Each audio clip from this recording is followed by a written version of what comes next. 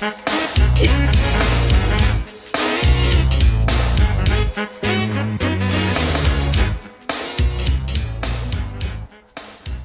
good? Here we are. Happy Monday to everyone. I want to thank everybody that is here. For those that don't like my long intro, come in a little bit later. If you don't like my music or don't like the long music play, come in later.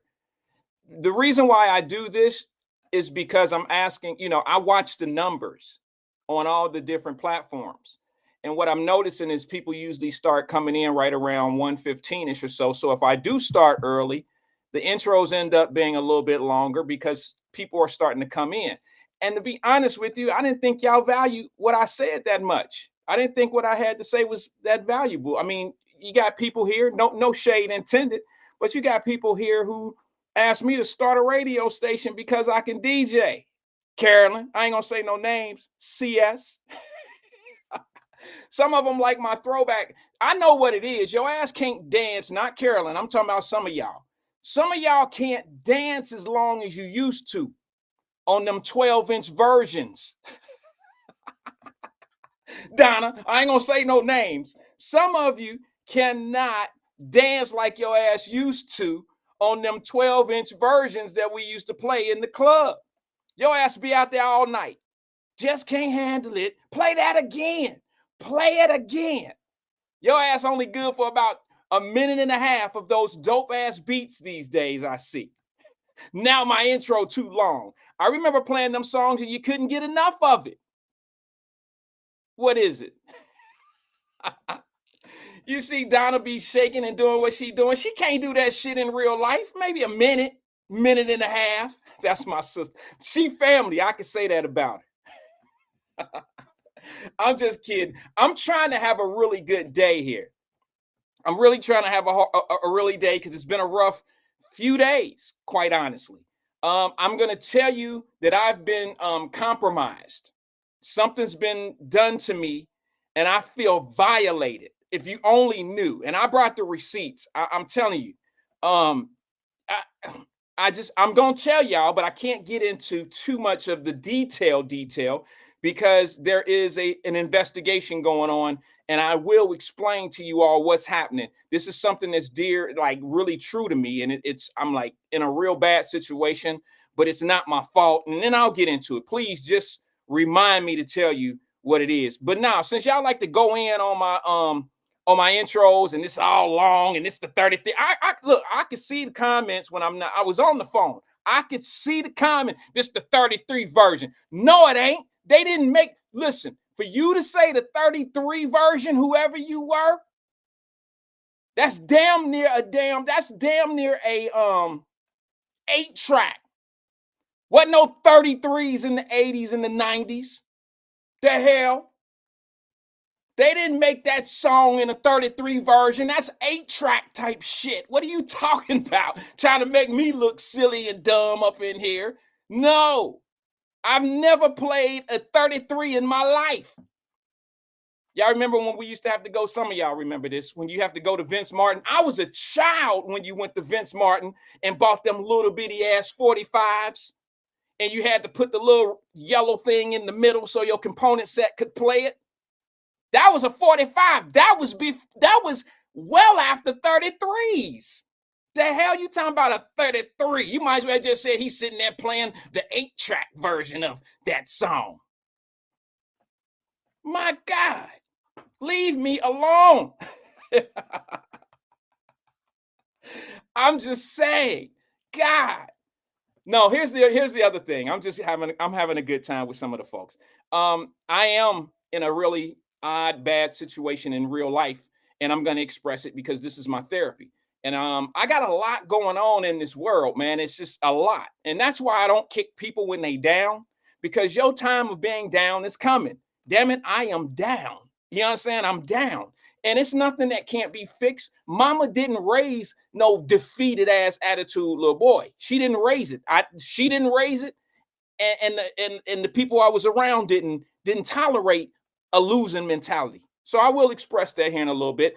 I'd like to have that type of personality in response to my Bengals. You know what I'm saying? Like, I'm sticking with my Bengals, even though I know we down. We are down. I mean, it's over. The season is over. Cincinnati Bengal fans, it's all good. Dallas is next week. We might be able to pull that game out. Probably not. This season was over. I'm going to be honest with you. This season was over at the beginning of the season. This was a bad executive year for the Cincinnati Bengals. And it started with the contract negotiations. That never happened. The T. Higgins situation where he went on a franchise tag, the pump fake they did to Jamar Chase, them giving the kicker all that money. And I mean, he hasn't been successful. It kind of justifies not paying all the other people the money. It's like, I don't know. I'm kind of spun in a web right now. And I just, like I told some people before, if I was a football organization, years ago, I said that I would pay everybody top dollar so we could win. But what I'm learning, and a lot of people may not like this expression, but in the game of football, once you sign these big ass contracts and you get life-changing money and it's over, some people don't have that winner, that dog in them where they stay hungry. I'm just being honest with you. And the kicker for the Bengals, I think that's what happened to him.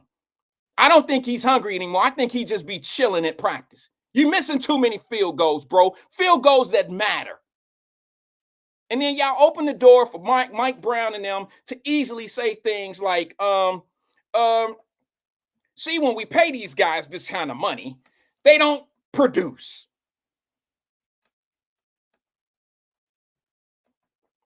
And he has to, in a sense, they're right.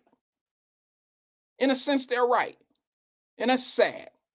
They didn't gave Jamar Chase the pump fake on his contract, and he started out slow. And I just think that we lost this season at the beginning of the season. You had Jamar Chase sitting out. I just think that we were somewhat of we were playing behind the 8 ball at the beginning of the year. And once you get once you lose the locker room, you don't stand a chance on the field.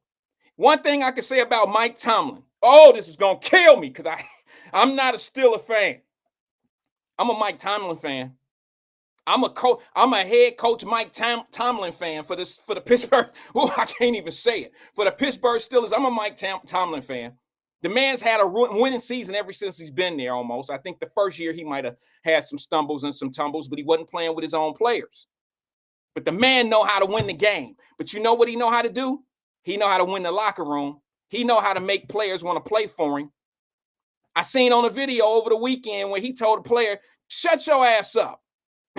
What head coach in the NFL talk to players like that? And I don't mean he said it in the way that you would just be like, damn, he bossy on him. He nasty. No, I meant it like he one of the fellas like, look, get it together, bro. You ain't bigger than this team. And when you can do that, you are a NFL coach. Because he's not calling plays, defense or offense. He's a motivator. He's the principal. He's not the teacher. And Tomlinson know how to win.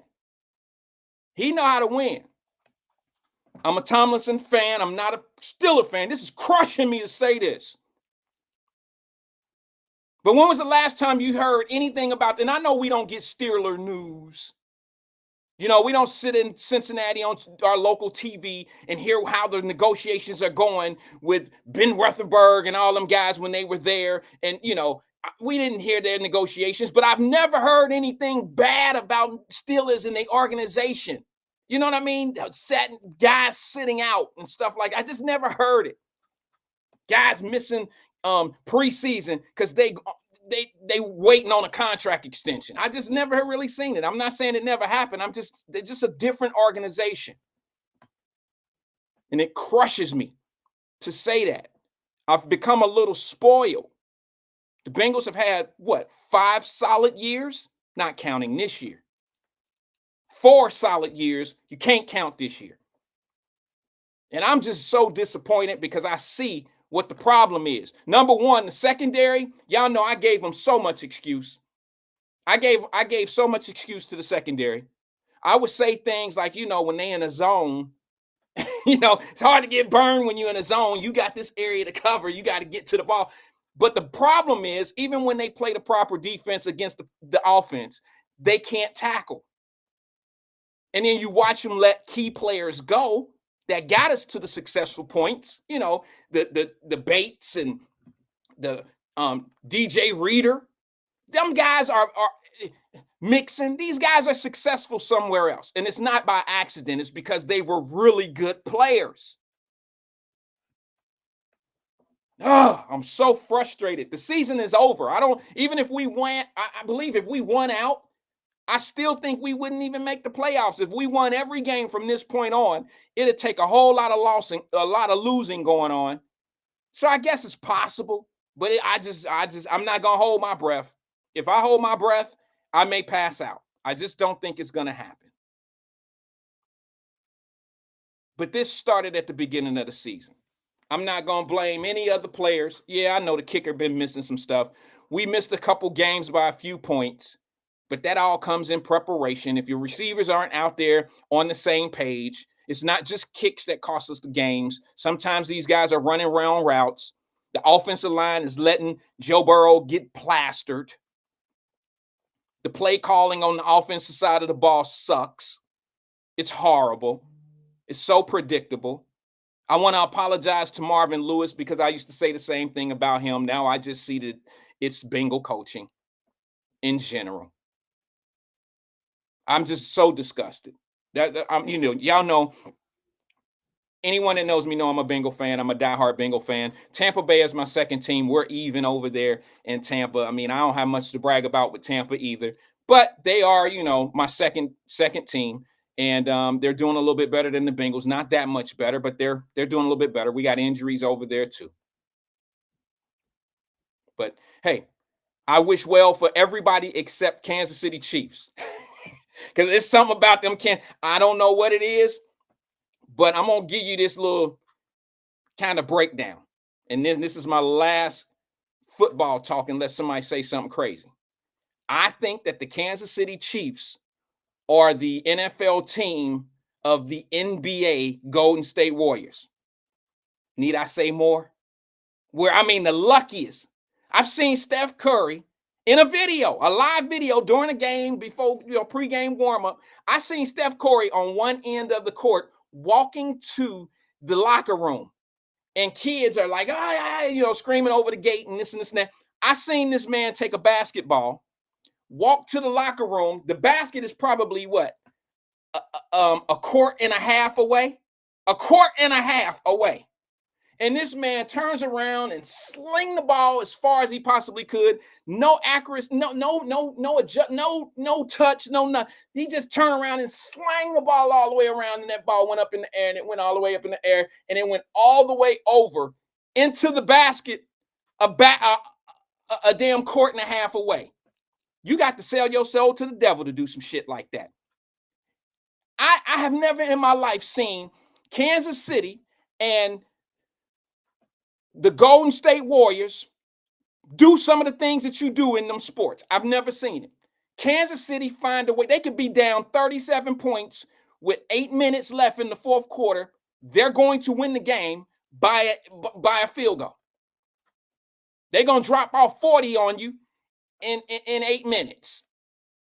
I've just never seen so much luck in my life in the sports. So yeah, Kansas City is my break. Kansas City is like my Golden State Warriors. Golden State would be down 42 points. Now, I know that's unheard of, but sometimes they was down 38, something like that, and they would come back and win a game. I'm like, no, that's not even real. Ed said, that's not luck with Steph Curry to do that. Yet, or he said, that's not, excuse me, too many things. He said, sorry, Ed, here it comes. He said, that's not luck with Steph Curry, sir. Yes, it is. Yes, it is. I bet he don't make that. Listen, yeah, there was a whole lot of luck in that. Did you see that video? I'm going to find it. I burned it, and I'm going to play it on the show one day. One day this week, I'm gonna play that so everybody can say, and then we all gonna look at Ed and say, yeah, Ed, he probably work on that all day. Steph Curry probably work on that shot all day. That's how he can hit that shot. What was luck was the shot and the fact that somebody caught it on video. I've never seen somebody slur. Okay, let's get to the Patrick Mahomes guy. Y'all think that ain't luck? You know, they cheated the Bengals this year for that win. That pass interference was pass interference, but we had pass interference and a whole other stuff going. Man, I don't want to talk about the Bengals. I'm done. I'm finished, man. I don't want no excuses. Bengals are my team. I'm going to live with them, die with them, whatever. But they having a tough year. I was with them when they were losing before. I'm with them when they came back to start winning. And now that we had a tough season, okay, I had a little tough season. We had a little bump in the road this year. And maybe by next year we'll have some defensive backs. You know, I've been cheering for Cam Britt, Taylor Cam Britt. I've been cheering for you, brother. You make some amazing plays, but some of that shit, bro, some of that stuff, bro. You know, great. You had an interception. You score 6, but you give up 18. That ain't good. That's not good math. You can't get 1 and then give up 3. That's not gonna work. I mean, I can't. I've been trying to protect you, but I can't. I can't. Can't win 1 and give up 3. That's all I can tell you. All right, so I'm off the Bengals unless somebody say something crazy, then I might have to jump back into it. How was everybody's Thanksgiving? Now we're only here. I only got an hour left. I'm here till 2:30 because I got something I want to tell people. I got violated, and now I have to go and finish up some work. I have a meeting at 3:00, and it's going to take me a little time to get to where I'm going. I have to go to the bank and get some things squared away. I really, really, really want to share this experience with you guys because it might help someone in the future. Me, I feel violated. Okay, I feel violated, and it has totally interrupted everything that I have going on in life right now. I will express that to you right after we talk about Thanksgiving. It even hurt my Thanksgiving. Now, it didn't really hurt my Thanksgiving because this happened after Thanksgiving. But my Thanksgiving was horrible because I had a water leak, a water pipe break in my basement. Okay. And I have a finished basement with, what a finished basement is. And it kind of, it wasn't as bad at first. I'll get to that as well. Carolyn, she said, how was New York? It was great. I was only there for a few days, 2-3 days, but I'll tell you about that as well. This is what hurt that whole situation because why this stuff was going on. I had all this on my mind. Geez. Let me give you an idea of what's going on. For the last year or two, this time of year is really tough for me because this is the week that I found out. This is the week that I had to go to my mom's house when she passed away. So this week has been tough for me anyway. And then it seems like I've had all these distractions away from it, which is good. Distractions of not thinking about, my mother's situation. But those distractions have been bad things. Like the water break in the pipe had a crack in it and it was dripping into the drywall, the ceiling. And it had a leak. So I called the plumber. They came out. The home warranty company sent somebody out. I think this was a little cheesy company, to be honest with you. And they sent someone out to fix it. Well, as that person took 2 hours, about an hour and a half to fix that pipe, as we were leaving out the front door, I hear a big pow. And guess what it was? The person who did the work on the pipe didn't give it enough time to settle, and the pipe bust. So now I have a bigger problem than I had before I even called you. I didn't have a leak I didn't have massive water pouring out of a pipe hitting my floor in my carpet. I didn't have all of that. All I had was a little bitty ass leak coming out of the pipe. And it turned into a bigger mess when I brought the professionals out. When the warranty company sent the people out, it turned into a larger problem. So now they're telling me, well, I had to shut the water down after about shit, a swimming pool fell in my basement. And I'm like, damn, this. So the plumber that came happened to be a young lady. And I ain't got no problem with that. Shit, a plumber is a plumber is a plumber to me. But she got all these excuses. And I'm like, I ain't trying to hear all that. I know that mistakes happen. I'm a very easy customer. I ain't even mad at you. Just fix it. And she on the phone talking to the boss, and we're gonna have the people come out on Friday, which is Black Friday. I don't know. No, it was about a week ago. So yeah, Black Friday, I guess. We're gonna have these people come out and they're gonna clean the carpet and do what needs to be done. And everybody on holiday, everybody on Thanksgiving time now. So any type of scheduling that you're doing, it's not gonna work out. Everybody late. And have you dealt with contractors lately? Anybody had an issue in their house and had to deal with a contract? These contractors today are not like our uncle and them. These contractors today will tell you 10 o'clock and they won't even call. They won't even show. You got to call them and they be like, oh, shit, I forgot. I caught a flat. These contractors today just different. I'm like, hey, come on, man. And that was one thing. I got a lot going on this week. This is that week. Y'all know what I'm saying. And thank you, Kathy Rogers. Appreciate you, dear. My very first friend, very first female friend in the world was Kathy Rogers. Very first one. But it's that time of year. I was in Phoenix this time last year. I was on a flight, not knowing what I was going to walk into in my mama's house. And now let me just do this. Let me just say this to you guys, because this is a short show and I want to go ahead and get to what I'm going through right now. I feel violated. That's minor. That's minor stuff. I can worry about a pipe being fixed, carpet being torn out and fixed. I don't mind. I don't care about those things.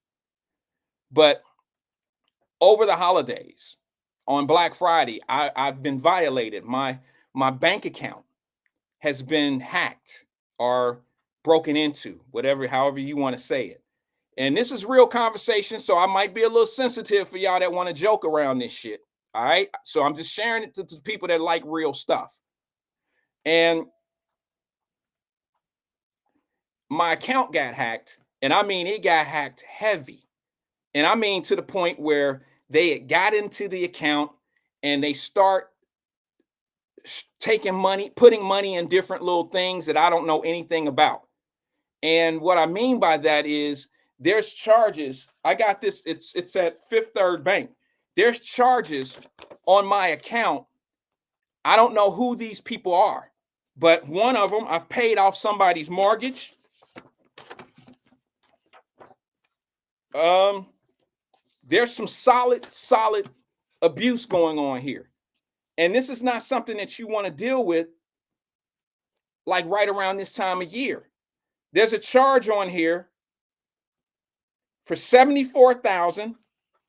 It's a mortgage payment, and they put the person's name on here. That's crazy, isn't it? It's a mortgage payment in the amount of $74,000. Where my light at?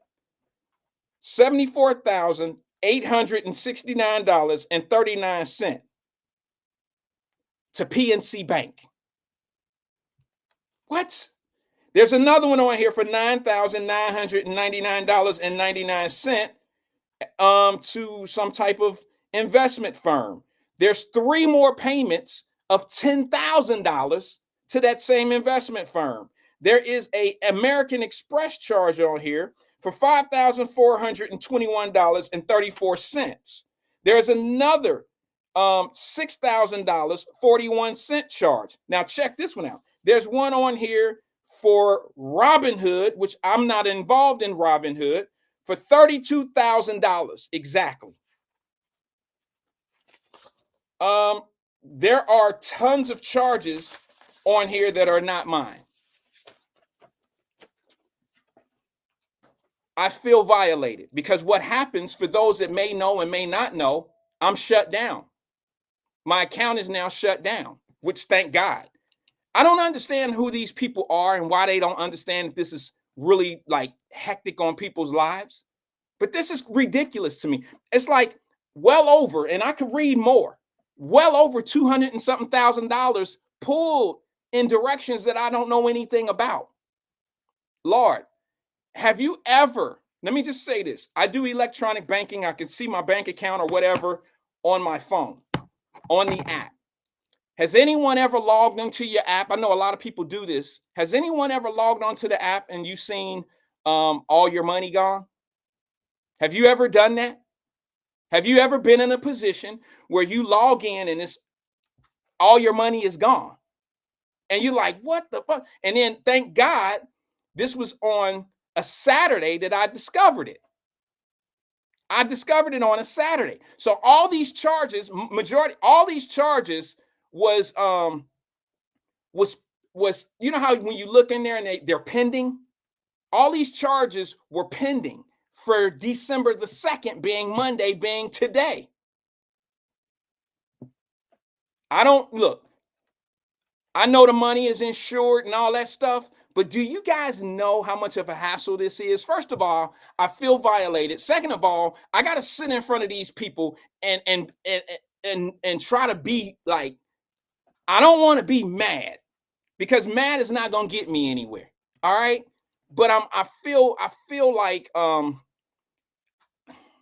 don't know how to describe it. I feel like something could go wrong and I could just be ass out. You see what I'm saying? And I don't want to feel that way. I'm a victim.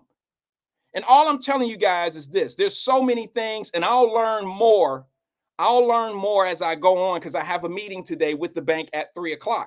I'll learn more of some of the things that we can do to prevent things like this from happening. Because what I've learned is when you put your card out there, when you put your information out in the black web, it's called, when you put it out there, there are people that could, I mean, when you pay your cell phone bill online, you know, all that information is on. They have your information. When you do things, online banking, or when they get your social security card or number, they can start these new accounts. They can open up so much stuff in your name. You don't know what's coming because it's going to a different email. And I just, I didn't really need all of this to go on. Nobody needs it, but this is like the first week of December is turning out to be such shit in my life. The last couple of years, this time of year has been unbelievably crappy. And, like I said, my mother didn't raise a loser.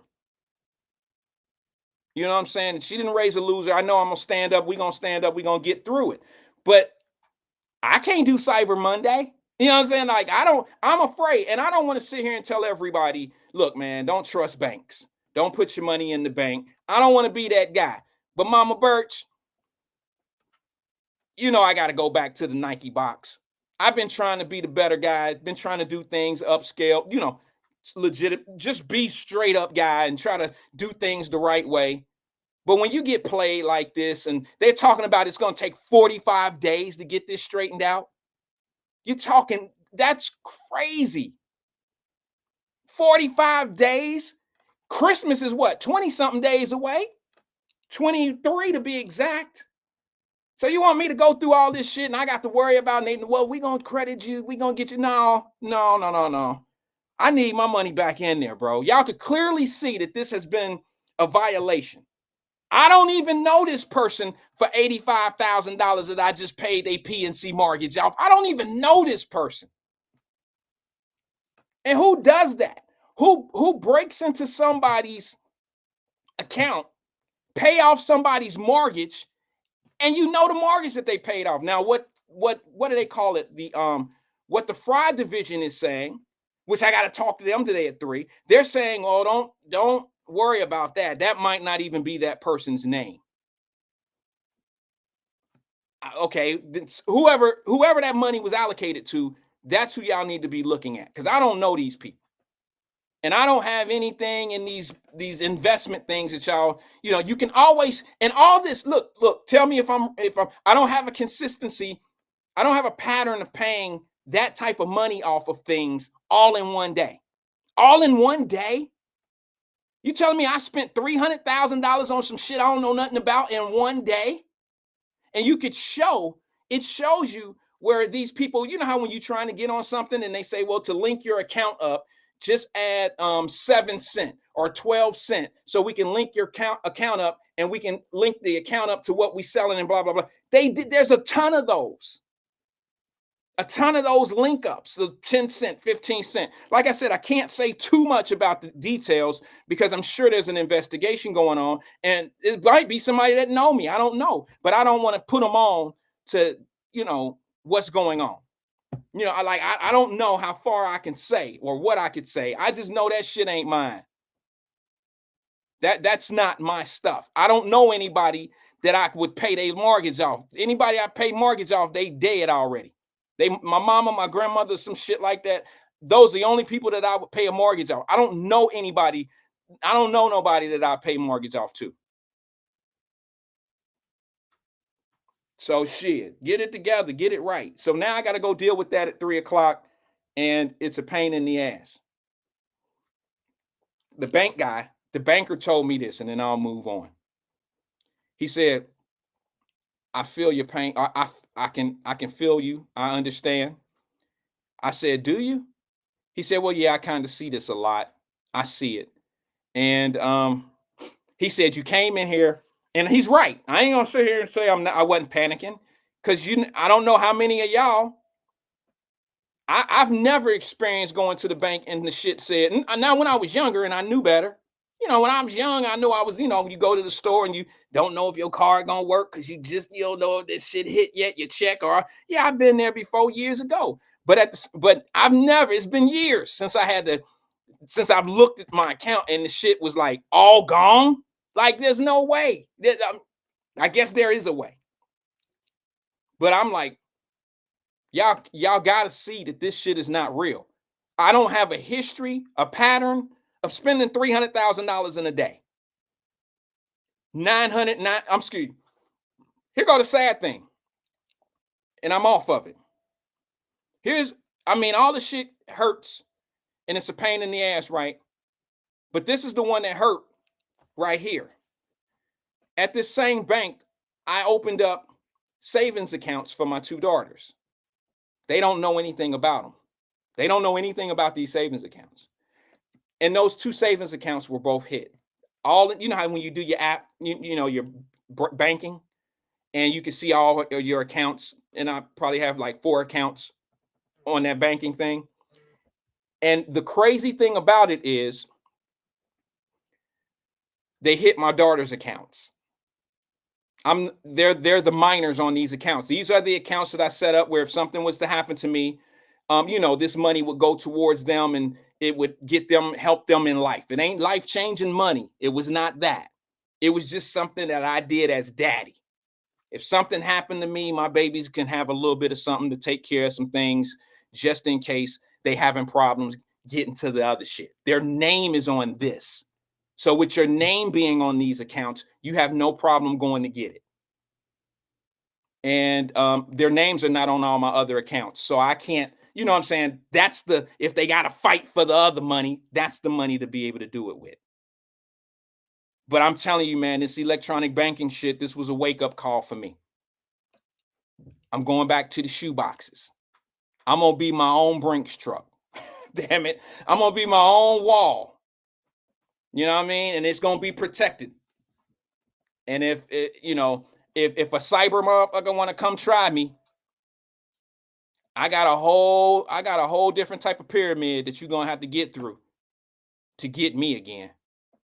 Let me go to the phone lines. Maybe somebody can teach me something and tell me something, that I could do in the future, or share something with you guys to show you what to do. Good afternoon, caller. This is Wyatt. Who am I speaking with? Hi, Wyatt. You're speaking with Sabrina Calloway. Sabrina Calloway. What's good? How was your weekend? My weekend was pretty good. Pretty quiet, but good. I didn't overcook. You didn't overcook? I did not overcook. Okay. No. Okay. When you say overcook, you mean you didn't cook too much? I didn't cook too many things. Okay. Yeah. I cooked, but just didn't overdo it this time. Okay. I was going to say, because, I know how you are. You will cook. Right. I have a tendency to just keep cooking. You will overdo it. You will overdo it, girl. You will cook 2 turkeys. I'll have 15 items out, and I'm like, okay, how am I eat all of this in 3 days? Right. What's on your mind, Sabrina? What's good? It's great to hear from you. Good to hear you too. I was just listening to you, and that is a nightmare. I'm sorry to hear that's happened to you that way. I wanted to share something that happened with me Please a do. few years ago. Please do. So my mortgage company also pays my taxes and insurance Right. and property insurance. And so one year, I always check it on the date that it's due, even though they pay it. I've just always been in the habit of every 6 months when they pay it to check, to make sure that it was paid. Mm-hmm. And I checked it and it wasn't paid, but the money was gone out of the account, the holding account. So I called the mortgage company and they was like, oh, no, we paid it. So I said, well, let me repeat the account number back to you. Okay. And I repeated, and they had it one digit off. Oh, okay. So they had paid somebody, and I don't know how they did it, but they had paid somebody else's property taxes. And Westchester's property tax is pretty high. Yeah. So Yeah. they had to go back and get it. But just because, even though it was on like auto where they would do it, I'm just one of those people that I don't ever want to be in, have that problem. Right. So I checked to make sure that they did what they're supposed to do, and I caught it. Right. But in your situation, I was wondering if it could be a situation where it was like one number off. But when I just heard you saying that it wasn't just on your account, it was someone else, your children are Yep. attached to it. Yep. Then yeah, that's more of a cyber thing, You could tell it was deliberate because Yeah, the first try, what they do is they try to take money that won't be detected by the government by making it correct, $9,999.99. All right. exactly. And then they attach other accounts. And then I don't know what benefit. I'm gonna be honest with you guys. I don't know what benefit, Sabrina, they get by paying somebody's mortgage off at PNC Bank. Like, how could that not be detected? That's what I'm saying. It's some ignorant person, because I think the amount now isn't 10,000 to be deposited for the feds. I think it's 5. I Oh, think they okay. lowered it because people they were doing that. They're Right. putting $9,000 in, $999 or whatever. So I think they've lowered it. So that's one track. And then, like you said, how could they not be tracked for that person's mortgage? Yeah. It's Yeah. just, that's unbelievable. It's just, Yeah. that's what they call stupid criminals. Yeah. But here's the thing. The investigator told the banking guy who I was dealing with, don't get too caught up in those names because those could be, fake names, which I would, Yeah, yeah, shell they properties or could be, whatever. somebody's name or whatever, and it could be going into something that's called a mortgage payment, but it might not even be a mortgage payment. That might have been what they defined it in the pay, like when they were making the transaction, they put in the Right, memo thing, such and such. That could be to throw people off, but right. I I don't try know. to I've tell a never lot been of there. people. I try to tell a lot of people, like for instance, in office, when people are coming down, they're writing their social security, or they're getting ready to say their social security number out. Don't say it out. Yeah. Write it down on something, and then get that piece of paper back, and you destroy it. Yeah. Because a lot of people say, "Oh, I ain't got nothing." Even if you don't have a lot of money, it's still the burden of whatever happened is on you. Yeah. So this is, say for instance, they only got $5,000 in their account, but it's Black Friday and somebody goes out and spends $10,000 on their account, Mm-hmm. and they had the kind of account that would let it overdraft, and Right. like you said, they were all just sitting up there pending. Now the burden of everything lies on them to prove it's not them. Right. And that's what takes so long. That's what takes that 30 to 45 days to get that back in your account. Now, in your situation, you may be able to get it in there sooner because it was larger amounts, you Right. know. And if they were able to get them stopped sooner and not release them, release the money to those accounts, then that would be a blessing. That's cool. Here's the thing. Yeah. Here's the thing on what you're saying.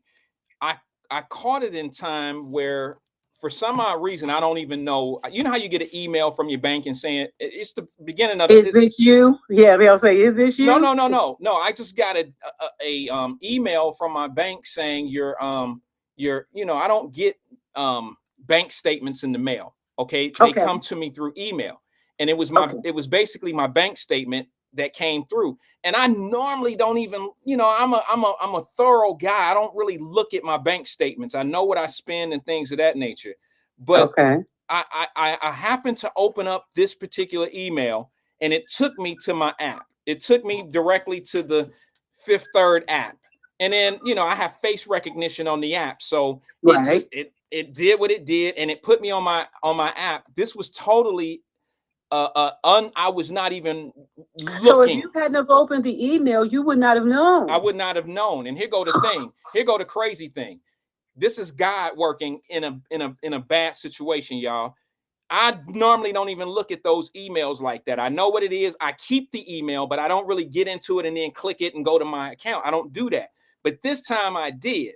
And when I did it, I was surprised to see what that it was, messed up. The balance was, it was toe up from the flow up. All right. And then here go the thing. All of these charges that I see that I just read off on these pages, all these charges here were pending. You see, you know how when you make a transaction, when you use your card at a place or a restaurant or whatever, the charge don't come out right away. It's actually a pending charge. So it'll be out the next day. So they actually did this during the weekend. They did all of this on Friday. They did this the day after Thanksgiving. And all of these charges were pending for December the 2nd being today. Exactly. So the bank is telling me, well, the bank manager was like, what we're doing is we're closing the account down. They're shutting everything down and blah, blah, blah, blah, blah. But what we're going to do is we're going to stop payment on all these things because they're pending. So what I'm hoping will happen is that none of these people will receive that money because they were really scheduled to get it today. Right. Because if they caught it before, if they caught it before it released, then you shouldn't have any problem. They should be able to get it. I ain't trying to be rude, Sabrina. I ain't got no problems anyway. Because that's they slip up like. Look, I know you are not. That's right. You know what I'm saying? I'm insured up to 200. I wouldn't mind a little bit more for your pain and suffering. Well, oh Lord, let me tell you something. I haven't done this since I was a little boy. But imagine this: you ever seen a grown man put his shoes on wrong? I'm trying to have fun with this, but I'm telling you, I was so distorted. I was so tore up when I seen it. I was racing to the bank. I put my shoes on that are at my front door. I put them on and I just slid my little Nikes on and they was on the wrong foot. I didn't discover it till I was in the car because the pedals on my car felt different. All right. I'm like, what the hell is this? But I was on my way to the bank and I went in there in a frantic panic. And I'm not. Now tell me something. Did little Ran put his shoes on the wrong feet when he was little? Little Ran tied them the wrong. You know that shortcut tie where you don't really do the whole thing. You just do the loop and then tie them. Yeah, it was bad. God, and I'm not even out of the water yet because I still don't have my money. I still have to go through this process. This was a Saturday that I did this, and now I'm trying to deal with a local bank now here in Cincinnati. And I got to deal with this today. I have a meeting today. I have to go through the investigation part of filling out the stuff. And they just act like, here's the thing. What if that's all the money I ever had in life? Like, what if I didn't have some money? So that means everything would be frozen. Absolutely. Right. And you got Christmas coming up. I got. And like you said, if it's 45 days, if it's 30 days, that's still past Christmas. Because Christmas is in 23 days. Absolutely. Who wants any amount of their money tied up for any amount of time? And actually, you only have, 21 or 22 days to shop because Christmas Day you're not going to shop. So, right. All right. Brenda Early makes me feel so much better. All right. She said and that's what the teller said as well, Brenda. But I don't trust nothing they telling me at this point. Somebody got in and got me too easy. You know what I'm saying? It was too easy. Brenda Early said this. She said, as long as it was pending, the bank can cancel the transaction. I know this from experience. Okay, thank you. Thank you, Brenda. You're a doll baby. I appreciate it. They want the investigation from you and they'll want you to sign something just saying it wasn't you. Hopefully, that's all. Well, this is what they said. The boy said, excuse me, this was a young man. I called him a boy. The young man at the bank who was trying to help me. Look, when you at the mercy, you listen to everything, you be on pins and you be like, look, man, I just want my money. This ain't me. I just want my money. He made me a little bit more comfortable when he was saying some things, okay? But you, like he said, and Brenda Early might understand this as well because she said she'd been through this from experience. Look, I'm trying to be nice, I'm trying to be cool about this. when you go from being scared to going to being mad, and this is like a really bad feeling. Like I'm really trying it's to a be violation. It's absolutely, a violation. absolutely. Yeah, it's and a when the violation. bank turn around, and this is a real number, y'all, I'm gonna tell y'all this right now, so y'all won't think I'm on some bullshit. And Sabrina, if you want, I'll text you a copy of this because this account is now closed, and the account numbers and all this shit don't even matter anymore. Oh, that is just. Check this out. The bank, here it is, right here. The bank had to give me a negative. Oh, wait a minute, hold on. Where is it? I want to give you an accurate number. The bank had to give me a negative number on my account, so none of those transactions would go through.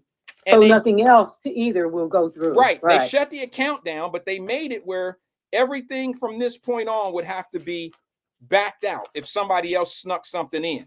Yeah. And the amount that they put in my account as being a negative is a negative. Here it is right here. It says available balance, guys. Available balance. I'm going to put it right here on the screen because it don't really even matter. Let me see if y'all can see this. Let me see if you can see this. If you can see that at the top. It's at the very top. It says, and some of y'all might not, I don't know if y'all can see this shit. I don't know if you can see it or not. But it says available balance negative $499,927.03. That'll kill you. Oh. I mean, if you woke up tomorrow and you were $500,000 negative in your account, how would you feel? That ain't even a gut punch. That's a knockout. How would you feel? Up and tell me I was sleeping. Now y'all know why I'm trying to be the best that I can be about this. Oh my God. But that's a nightmare. And Sabrina, you know me. I'm not like a bully and all that type of stuff. But it's very hard for me to be nice when I go into the bank money back, and they got me $500,000. Yeah. Adrian said, make sure to freeze your Social Security with all 3 credit bureaus. On it, did it at the bank. That was their suggestion. And with the three credit bureaurs, we did it with Experian. What is it? Experian, TransUnion, and Equifax. Yeah, we did all of that. Guys, you don't want this problem. Woo. If it was a few $100s and it was like the account that I have another account that has, look, man, when you from where we from, even if it was a few $100s, that would make it worse because they still have to freeze your account so nothing else comes through. So you just have to go and get some cash because you can't use your accounts until they clear it up. So whether it's $300 or $3,000 or $300,000, they still have to freeze your account up. Yeah. Here's the crazy thing, and this is very accurate for those that want to know. This is how they do things. I can't get any money out of that bank account right now. I can't do anything with it, but deposits can still go in. So, for instance, if I was to, get a charge on a credit card, like if somebody was to send me, I don't know, a payment for something, it could still be deposited into the account and accumulate. I just can't, and no one else can take any money out of the account. I told them, y'all got to change that. I'm flipping as soon as I get my new account, they ain't got to worry about this shit. I ain't never sitting in one of them offices ever again going through this. Also, be careful when you charge something out somewhere for food, because my bank called me one time because I went somewhere over in Clifton when I could eat Chinese food. I bought some Chinese food from there. And about 20 minutes later, somebody tried to charge my card in California. Yep. And because I always, when I get ready to leave and go out of town, I let the bank know where I'm going to be. Yeah. I send them a message so that they don't stop my card. Yep. But I had not notified them that I was going to be in California. So they called me. Yeah. They said, are you in Cincinnati or California? I said, I'm in Cincinnati. They said, well, did you just buy some food? And I said, yeah, I bought some Chinese food. They said, not, a few minutes after that, somebody in California tries to use my card. Yep. That happened to me once before. Put it on before. pending. And I was like, thank you. No, I'm in Cincinnati. Yep. That happened to me once before, Sabrina. I was at the gas station. I think I was in Gainesville, Florida. I was not even around my home in Florida. I was nowhere near. Okay. I was in Florida, but I was not in Cincinnati, but I was far away from where I live in Florida. And it just so happens I had all these, transactions going on in Cincinnati. And the very next day I'm in Gainesville, and I go to the gas station to put gas in my car, and it declined. And it said, call bank or something of that nature. So I had to call the bank, and they verified that I was at the location. So I work with that. It's not an inconvenience. That's a safety. That's a safety thing. And you know thing. what? It would be good if all accounts had that. Yep. If you are not in your normal area, or you haven't notified them that in your situation, you move around a lot. Yeah. But I'm kind of like you. I think I might want to start getting the shoebox. Yeah. Some serious cash. Yeah, man, because I look, if you've never been through this, I don't care. Look, this is not about how much money. This is a violation of your money. I mean, it's about the fact that you can't get any more. Yeah. You can't get anything out of that account. I mean, thank God you have other accounts, but you can't do anything else with that one until they straighten it out. Regina just said this happened to me when I was in Tampa in October. They called me and had to shut my card down. It happens a lot in Florida because, to be honest with you, that's where a lot of credit card fraud happens in the southern states, like in Florida, out in California. Those type of states, I think they house a lot of that stuff. You know what I mean? There's a lot of cyber crime that goes down, and that's where they end up being, is right down in Florida, sometime in California and in New York. But then you know what I'm talking about there, Regina. It's easy to go somewhere and your credit card company or your bank not recognize that they didn't even know you were going to Florida, and they'll stop. I don't care if it's $40 worth of gas. They'll tell you they'll decline it and tell you to call the bank. And I learned that because I went out of the country before and did not notify them, and then tried to use my debit card, and it declined it. Yeah. And then told me, like you said, to call the bank. Yeah. And they said, where are you? I said, I'm in Aruba. They said, oh, next time let us know. Just send us something on the computer or whatever and let us know where you're going to be, so we won't decline your card. They said, just try it again. Yeah. And then that was, So that's how I learned to do that. Whenever you're going to go somewhere, you're going to be there for a minute. If you think you're going to use your card, let your bank know. Yeah. So. I just know that this type of thing right here, this cyber crime, is much bigger than bank robbing. Okay, it really is. It's billions of dollars a year. With me being in money handling, they require us, the state does, to do trainings, to watch training videos and stuff. Yeah. So people really, you think, oh, that ain't nothing I really need to know. Yeah, it's worth it. If you can just go on YouTube or whatever, get and start reading about the cyber training, because you'd be surprised what people will do to get your money. Absolutely. And I remember years ago, and things have changed now, but years ago when I worked in banking, they had a guy who was actually a bank robber, who once he did his time, he started helping financial institutions be able to recognize problems within their office or outside, in banking. And he came and talked to us and told us a lot of stuff that, people do. Guess what, Sabrina? I have to say this, and some people probably going to be like, bro, you shouldn't say that on the air. But let me just say this to some people. I found in life that your best crooks be some of the honest job having people, like some of these people that embezzle money be brokers and bookkeepers and things of that nature. They have solid, legitimate jobs, and those be the worst crooks in the world because they know how to do it. I'm gonna tell you, the best investigator came to see us. He had robbed 7 banks before he got caught. Yeah. And he said what happened was he was making a lot of money and he lost his job. And he was used to taking his friends and his family and stuff on vacations and stuff.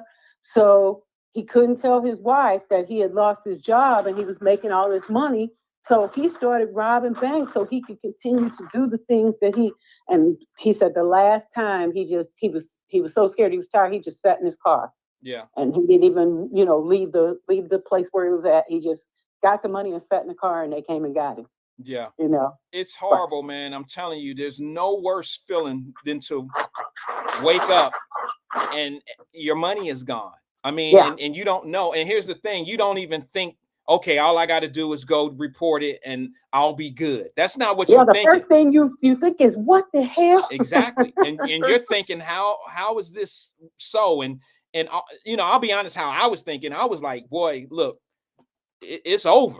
Because you was delirious if you ran out of there with your shoes on the wrong. Hey man, I ain't lying. I'm telling y'all, my shit was on wrong. Now, they slides, they were Nike slides, but still, I slid in them backwards. I'm gonna laugh at you forever for that. That ain't funny. And I'm not gonna hold you on here because I'm sure some of your other people want to call in. Sabrina, I wanted to say happy early birthday. Oh, thank you. I appreciate it. I know it's coming this week. So, and you're gonna be 41, right? Don't be telling my age. You can't be telling my age up in here. I was gonna say, because if you're 41, I ain't far behind you. Right, I know. You got to keep them things secret. I told you I was gonna be 40 for. Look, yeah, okay, yeah, you got me.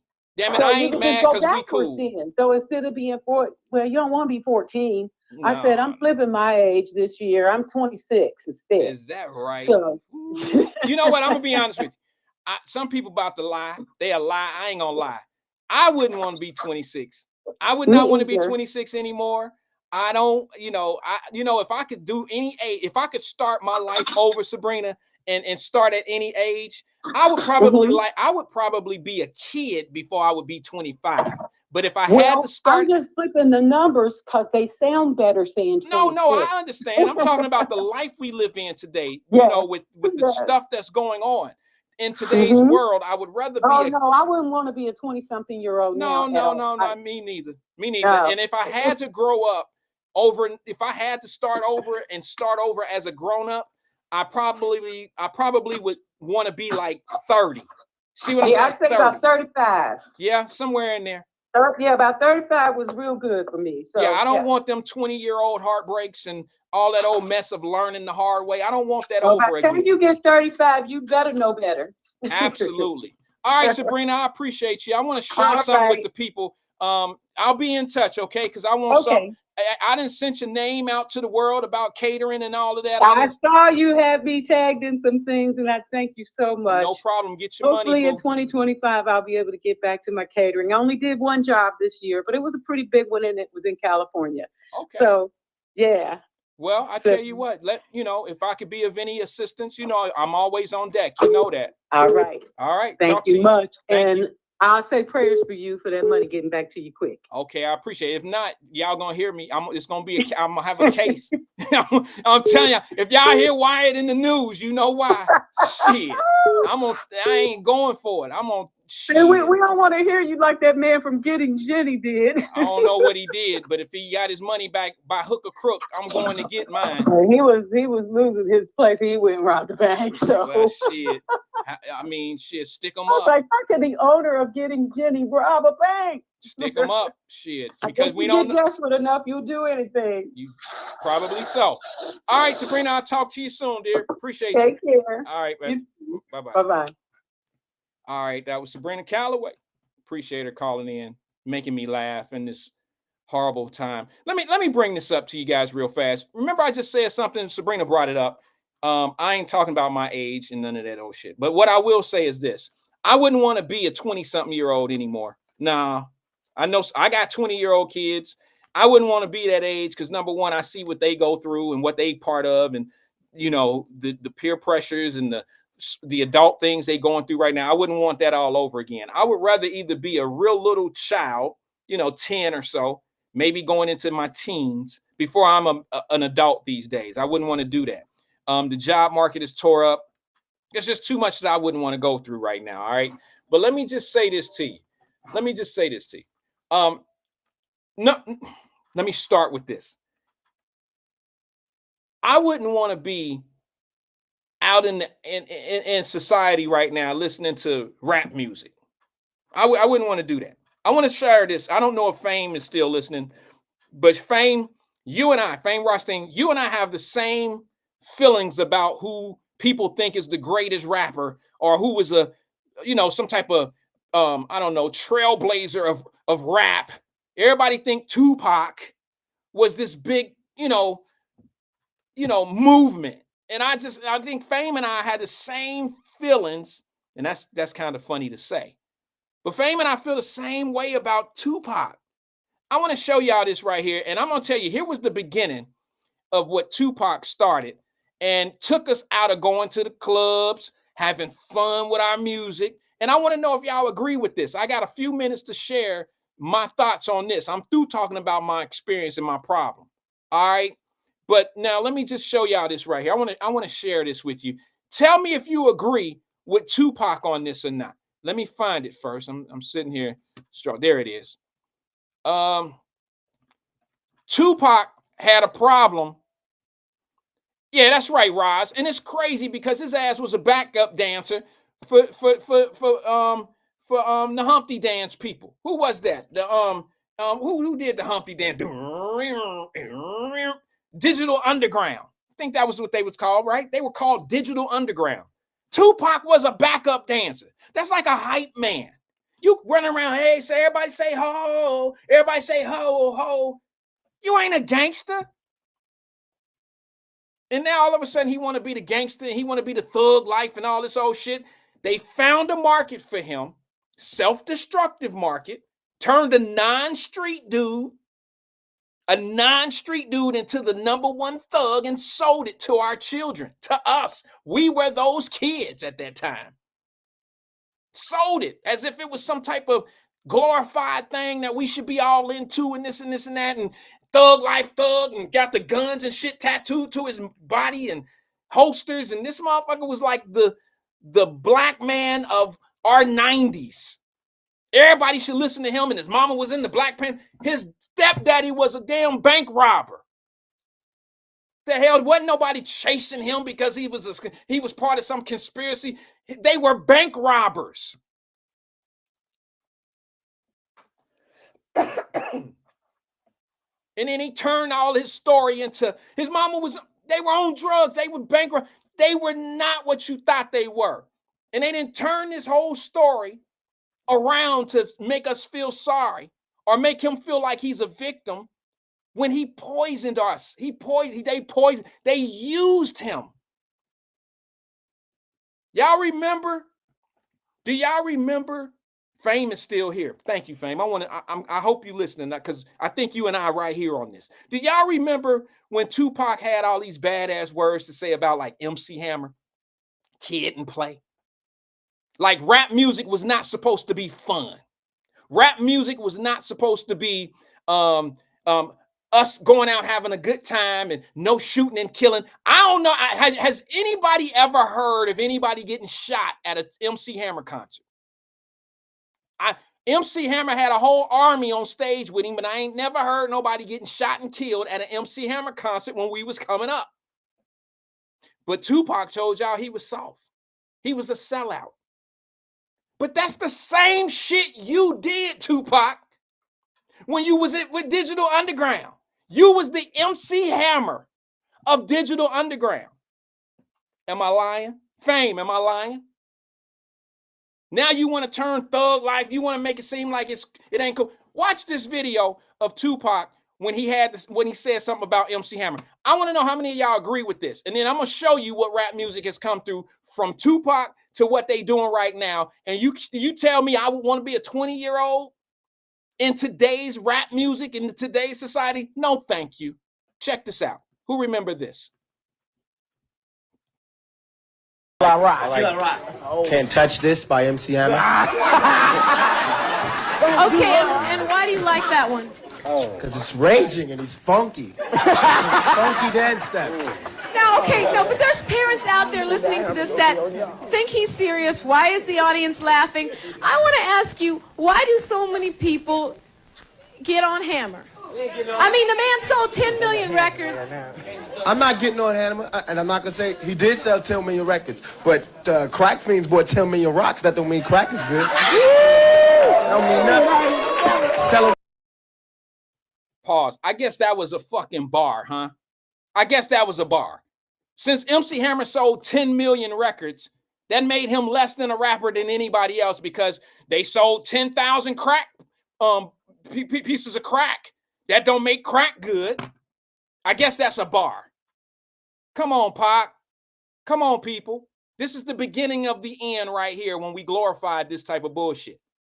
What did MC Hammer ever do other than employ way too many people on stage and talk up for his community and throw money back and forth into his community What did MC Hammer do that was so detrimental to our community versus the thug life community? Let him finish. Crack fiends bought 10 million rocks. That don't mean crack is good. That don't mean nothing. Selling records don't mean nothing. The reason, I'm down with him because he's a brother and he's making his mail. But, however, he's diluting rap. You know what I'm saying? He's playing that Sambo role, and the reason everybody's buying his record is because he's no threat, and everybody want to see Sambo dance. All them little white kids sitting in the background, and he talking about Sambo, and they just want to see him. He's trying to make MC Hammer out to be somebody who was trying to, the positive.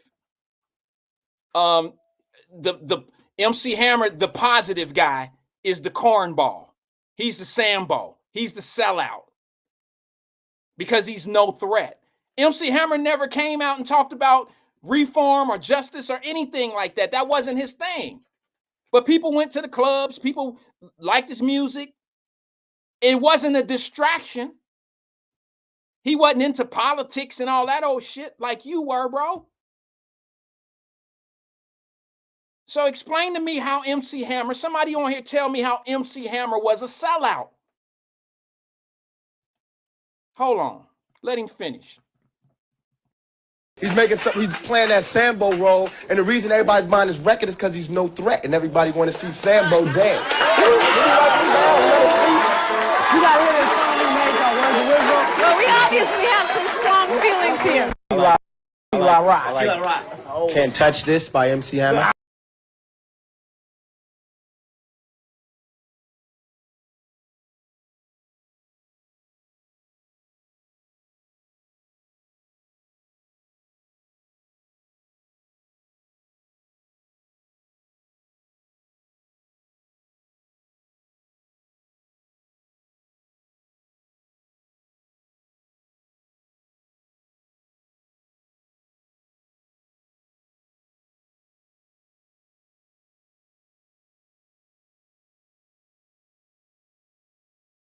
Sorry about that. My mic was off. I apologize. Y'all telling me that MC Hammer was a sellout? Are you trying to tell me that MC Hammer, I know he didn't have bars, but he was a dance, he was a dance music guy. You know what I mean? He was a fun music guy. Kid and Play, they were sellouts because they wasn't talking about drugs, putting people on. No, I wouldn't want. Can y'all hear me now? I'm sorry. I thought I fixed it. I know some of these are coming in late. Are we good now? So Tupac gonna sit here and say some of the fun music we had was Sambo sellout music. Here, check this out. Tell me if y'all wasn't dancing and doing shit to this. Check it out.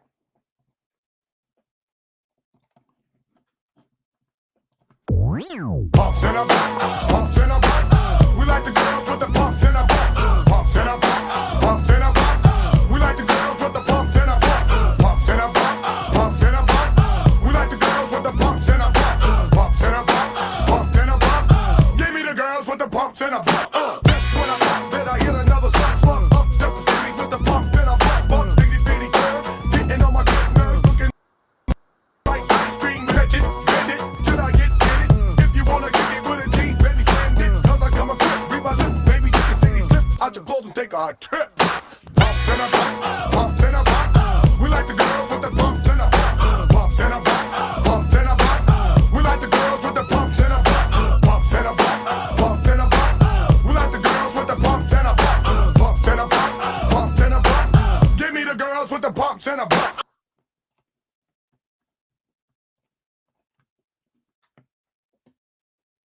What's sellout about that? What's sellout about that? And then Tupac went on to do Strictly for My N-words, Strictly for My Niggas. He went on to do that. You know what I'm saying? And all that was talking about was street life and thug life. No, I wouldn't want to be 20 nothing today because I was in my 20s when that was popping. No, I wouldn't want to be one of these kids today. You know what I'm saying? No. I wouldn't want to be into that. Now, let me show y'all where rap went to this day. All right, y'all done seen some shit, but I done seen the craziest shit I've ever seen in my life. Now, would y'all have rather seen MC Hammer on stage, or would you have rather seen this little dude who's I don't know who he is. He's some big dude. He was in Chicago over the weekend, and I don't know how this shit is working these days. But you couldn't pay me to sit in the stage or to sit in the audience and watch this dude on stage. You couldn't pay me. I don't care what he talking about in his music. There ain't no bars that's going to bring me in and I'm going to engage into what this young dude right here is talking about. There ain't none. There's absolutely none. This is over the week. Watch this video right here. You went from MC Hammer up there dancing and putting money back into the community, bigging up our people, employing 200 people on stage, to this young man on stage. What he talking about? Watch this. Now remember, MC Hammer used to dance. Check it out. Hey, Chicago, do y'all have a problem with me sitting down on this stage? Yeah. Exactly. Get the fuck off my dick, Snoop Dogg.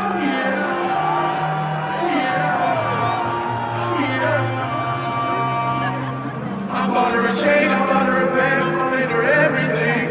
The only thing that I didn't buy her is a new wedding ring. I told her to promise always stay true and never to fuck the team.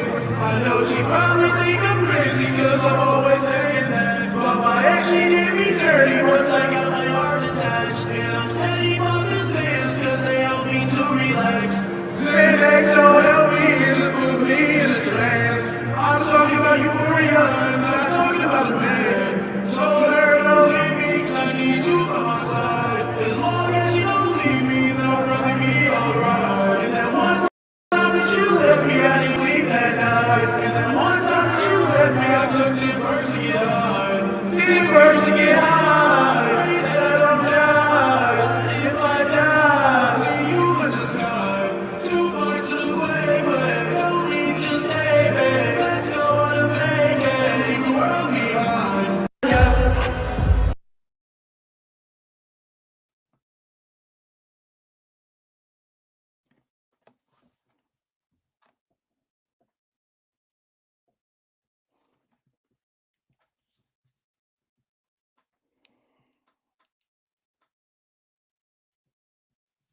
This motherfucker had a whole oxygen tank on stage with him. He had the things connected to his. He had shit hooked up.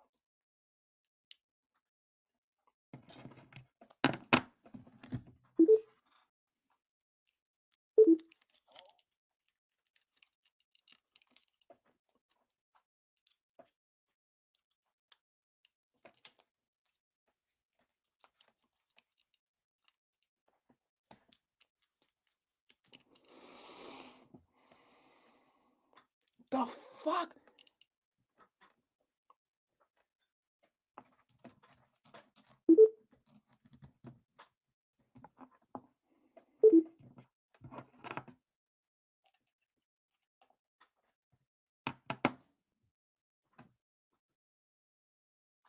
I mean, I can't even say none of that. What do you say to that? And he had the nerve to say F Snoop Dogg. Now, I'll be honest, I'm not a Snoop Dogg fan. I'm not a Snoop Dogg fan. That don't mean that I don't like I don't like it. You know what I'm saying? Like, I'm going to hate on him. I'm just not a Snoop Dogg fan. But for today's society, Snoop Dogg opened up doors. He was a trailblazer in hip hop. And you turn around and say, F Snoop Dogg, I could get up on this stage if I want to. Yeah, you can. You can get up there if you want. I don't know how the hell they got you up there, but you can get up on stage if you want to. You and your oxygen tank. But don't be disrespectful, bro. I don't get it. And you know what? The stadium was full. I don't think he was the headliner because I showed it to my daughters and they didn't know who he was. They didn't know the name. But he was big enough to be an opening act or some type of center act of a big act in Chicago. I don't know who it was. but the shit was real. It wasn't made up. And then the little white girl came out and was the little dancer. Look, if anybody need 200 motherfuckers on stage with him, it's him. I'm just saying, Hammer going up there, 42 dancers, and he's the main attraction, dancing just as hard as his dancers. He ain't talking about buying women no bags and all that. He wasn't doing that. No, I wouldn't want to be 20 nothing again. I wouldn't want to live that life. I wouldn't want to go through what these kids and the influences and the things that's distracting them. I wouldn't want to be part of that. If I came back in life and God granted me a second chance in life, bring me back a 10-year-old, bring me back as a 10-year-old or a 30-year-old. I don't need none of them 20s. 20s is when you're trying to figure shit out. That's when you don't know how cool you are or what you really gonna do with yourself. I don't need none of that hard shit to figure out. No more. Never again. That's when I took all my losses in life. I took more losses in my 20s than anything. And some of y'all ladies know what I'm talking about. I hate to say it. But some of y'all ladies, boy, y'all know y'all was fine. I ain't gonna call no names out, but that was your finest moments in your 20s. From 19 on up to maybe like 29, those was the best years of your life when it came down to the body and you could put on anything and it'll look good on you. And you done gave some dumb dude the best years of your life. Them fine years. I know, but I'm still fine. You ain't 27-year-old fine. You ain't 23-year-old fine. You still fine, but you're not 22, 23-year-old fine. Stop fooling yourself. You gave that shit to the knucklehead dude. But that all being said, some of y'all gonna roll this video back just to go watch dude. I knew somebody was gonna come in. And you know what? It's weird because the person who said I'm still fine, you were the one who I was thinking about in my mind who was gonna say that shit. You were gonna say I'm still fine. I just know my people. I know people that I grew up with. I know. But there's a difference. And to be honest with you, let me just be honest. I personally like 40-year-old fine versus 28-year-old fine. All right. I'm going to have to go back to my old saying. I have a 24-year-old daughter. Okay. I don't know anybody that's my age, a grown-ass man, who could look at a 24-year-old and you could say she's built nice or whatever. But when you start, oh my God, she's fun. I just don't understand how guys my age could date somebody the same age as their daughter. That's a whole nother conversation for a whole nother day. We had some of those conversations. I don't get it. And if you did, and I'm going to go back because I stand on this. I stand on it when I said it then, and I ain't fell off on it yet. I stand on this. If you are dating somebody the same age as your daughter, she 24 and you 44, you didn't raise your daughter. Sorry. You didn't raise that little girl. Her mama raised her. Her grandmama raised her. You wasn't even in that girl's life. She ain't never walked through the house at a young age. I just don't believe it. I can always tell a father that's in their child's life by the shit that we like these days. And anytime I hear an older man who be talking and hounding down on these young girls, whenever I see that or hear that, I know he didn't have no involvement in his daughter's life. If he has a daughter. That's just assuming that he had a daughter. Let me go to the phone lines before I get out of here. Y'all know I got to go. Good afternoon, caller. This is Wyatt. Who am I speaking with? Uh-oh, hold on one second, man. Oh, there it is. Can you hear me, caller? Uh-oh, hold on. Hold on, caller. Hold on. Caller, are you there? Hold on one second, brother. My bad.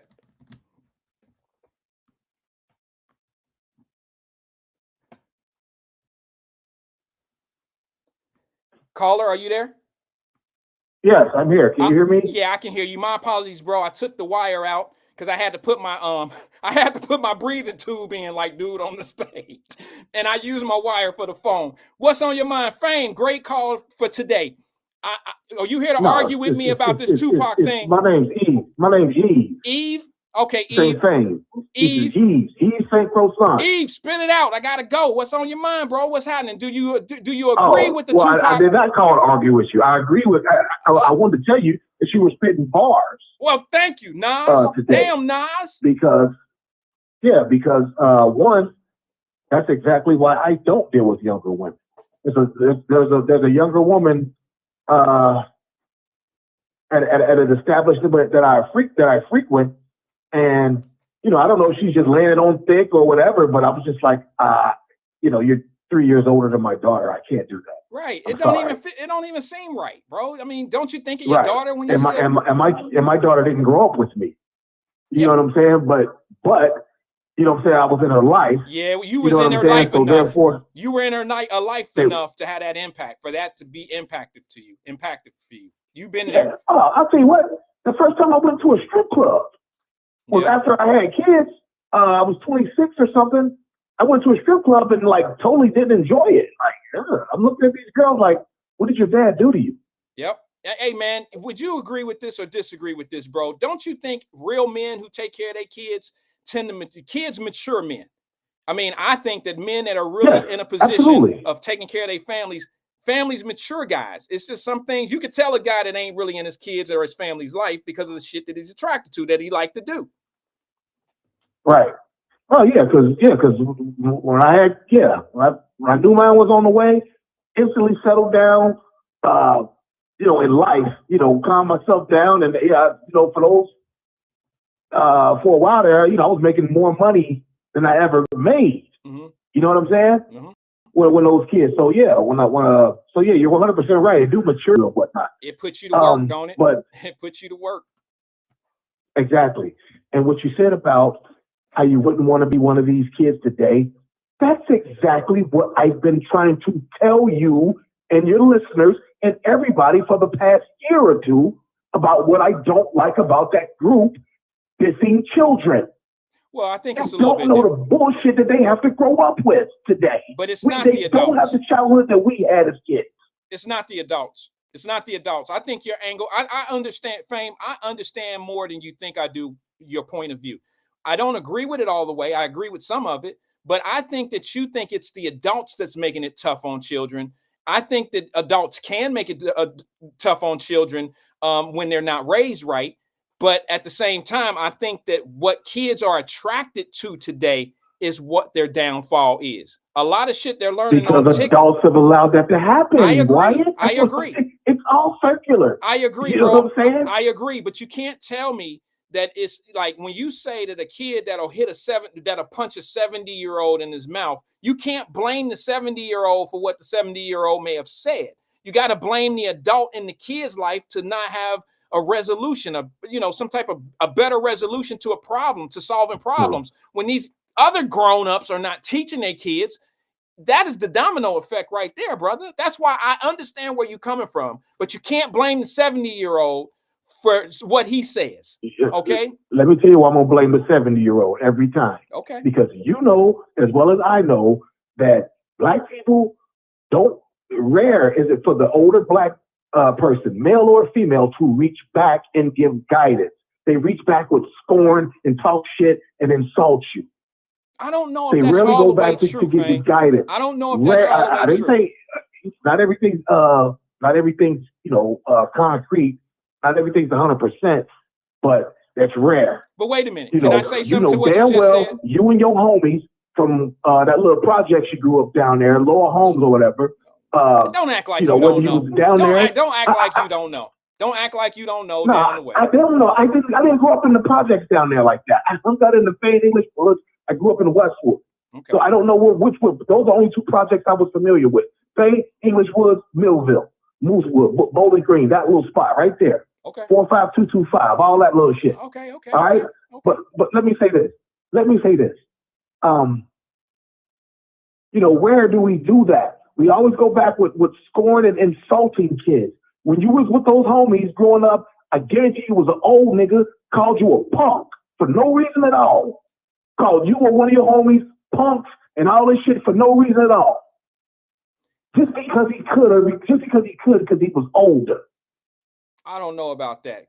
In my day, our homies. Damn well it did. Nah, bro. That's why I talk about all those women. That's why I talk about all those women that grew up. You knew some older woman in your family called you fast a humdinger, something. There's some truth to all of that. But at the same time, I grew up in an era, a lot of my people in my age group grew up in an era where some of the gangsters was trying to steer us out of what they was doing, bro. They wasn't recruiting. They'll be like, man, go on, because your mama see me with you, she gonna beat my ass. I heard shit like that as a kid. All our gangsters didn't, street dudes didn't recruit street dudes. Like, it wasn't like that growing up. They could, they would. I ain't talking about. If you were persistent, I'm sorry about that, bro. If you were persistent, they'll bring you on. But if you was just trying to hang out around them and they know you didn't have a heart for it, they'd get your ass up. It wasn't for you, and they knew it wasn't for you, and they'd tell you to go on about your business, bro. Nobody forced you into gangs and being gangsters out here.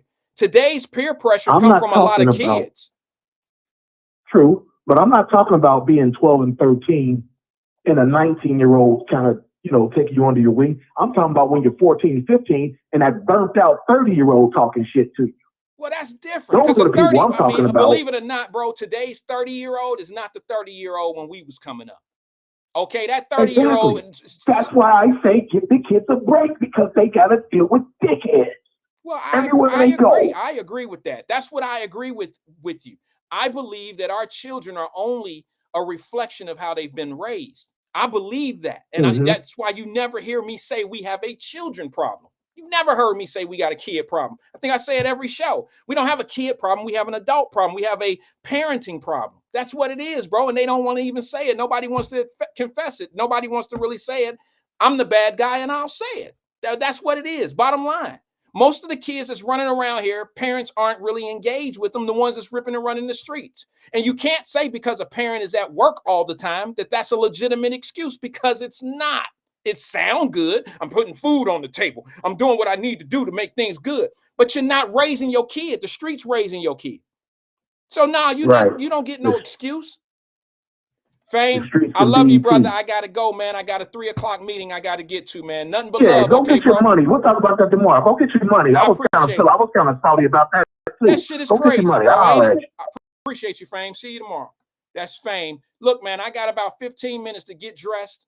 I'm going to put on my pimp clothes to go talk to their ass. I done built up some courage. I'm going to put on one of those hats. I'm going over there like, show you right. I'm going over there with, hey, bro, don't play. Y'all did me wrong. Now, I went over there with my tail tucked the first day because I wasn't quite sure what direction this was going in. Like, I don't think I know these people. But I know I don't know these people. And I'm hoping to God, and if you have a prayer that you can either share with me or put me in your prayer, do it when we hang up today, because I'm going to need it. Because I'm going to tell y'all something right now. If this shit don't work out for the good guy, I promise you, this is my word. Y'all, I'm going to catch a case. I'm gonna catch a case, because look, I've been Mr. Goodbar for many, many years. I've given back. I've done a lot. I just need some shit to work out for me. All right. I need some of y'all prayers to help me, because if this shit goes south and if I walk in there and the first thing they do is say some shit, well, Mr. Wyatt, we got a problem. I ain't trying to hear that shit. I'm walking out of there with some money. You hear me? I'm walking out of there with some money. Whether it's mine or theirs, somebody gonna make good on this shit. I promise you. Peace and love to everybody, man. I'll see you guys right here at 1:00 tomorrow. Same place, same time. I'll try to be on time. Peace. I'm breaking my mouth real bad. I'm sure throwing up deuce right there. I'm breaking my mouth real bad. I'm breaking my mouth real bad. I'm breaking my mouth real bad. I'm sure throwing up deuce right there. Now I gotta work my wood grain wheel. Trunks popping pills, still popping seals. High in the hill with my mind on meal. Piece and chain swinging, bank chrome, shiny grill. Baby, I got $1 million dreams with my mind on cream. I'm in that mean green machine, clean on 19s. Flat screens in the headrest, swinging like a swing set. Branded wine paint wet, coming down, that's a bit. I'm in the lot chasing bras like a lesbian. Full of that flower, I'm breaking on pedestrians. High in the street light, floating like a parachute. Buzzing like a bumblebee, mustard green Bentley coupe. Young gangster Mac game sharper than a thumb tape. Breaking them out, making all the boppers a track. Then they watch me, I'm rocked up, fully loaded and slapping, trying to hit it and quit it and walk off like Big Pop. Break them off. I'm breaking them out real bad. I'm breaking them out real bad. I'm breaking them out real bad. I'm sure pouring up blue right now. I'm breaking them out real bad. I'm breaking them out real bad. I'm breaking them out real bad. I'm sure pouring up blue right now. I pull up like this, untouchable white wrist. I'm hotter than warm, every grape sun kiss. The truck go miss 550 snow bunny. Billy Continental with the mink flows, dummy. Power wall money, that's expensive taste. And them friendly fools, we send them to my space. I'ma break them off until the backbone broken. Stainless steel drop, phantom, leave the top open. Then hit the fan, better cover your nose. And the start burning, better cover your clothes. Concrete crumbling, glass shooting lasers. Crawling and cutting up on 24 razors. I'ma show them how to make the slab look phenomenal. Chasing paper in the morning, call me Houston Chronicle. Hold on, then you buckle up your seatbelt. Swisher House, Young Dun, capital TF. I'm breaking them out real bad. I'm breaking them out real bad. I'm breaking them out real bad. Right now, I'm breaking them out real bad. I'm breaking them out real bad. I'm breaking them out real bad. I'm sure pouring up blue right now. I'm higher than a satellite, crawling like a baby, maneuvering through the traffic like I'm tracing the grade. Still chopping on them buttons, I'm strutting and looking fresh. Switch hitting like Bergman, this is ballin' at its best. In mid-minute May, drop a whip, retractable roof. Filing wood, waving the hood, student loans on the tooth. The fifth wheel on the ground, in the trunk in the air. Wow, wow, baby, I'm the definition of player. My skills is so ill when working that woodwheel, tipping foes like a waiter. Beware the horse feel. Widescreen, mind frame, panoramic picking. I'm sipping on that Osama, baby, leaning like I'm limping. In that two-seater fleeter, it's me and the senorita. 3 ounces up in the leader, and it's 10 up in the heater. Mac in the mama cedar, running game like a cheetah. I'm knocking them out the park, similar to Pantita. I'm breaking them out real bad. I'm breaking them out real bad. I'm breaking them out real bad. I'm sure pouring up deuce right slab.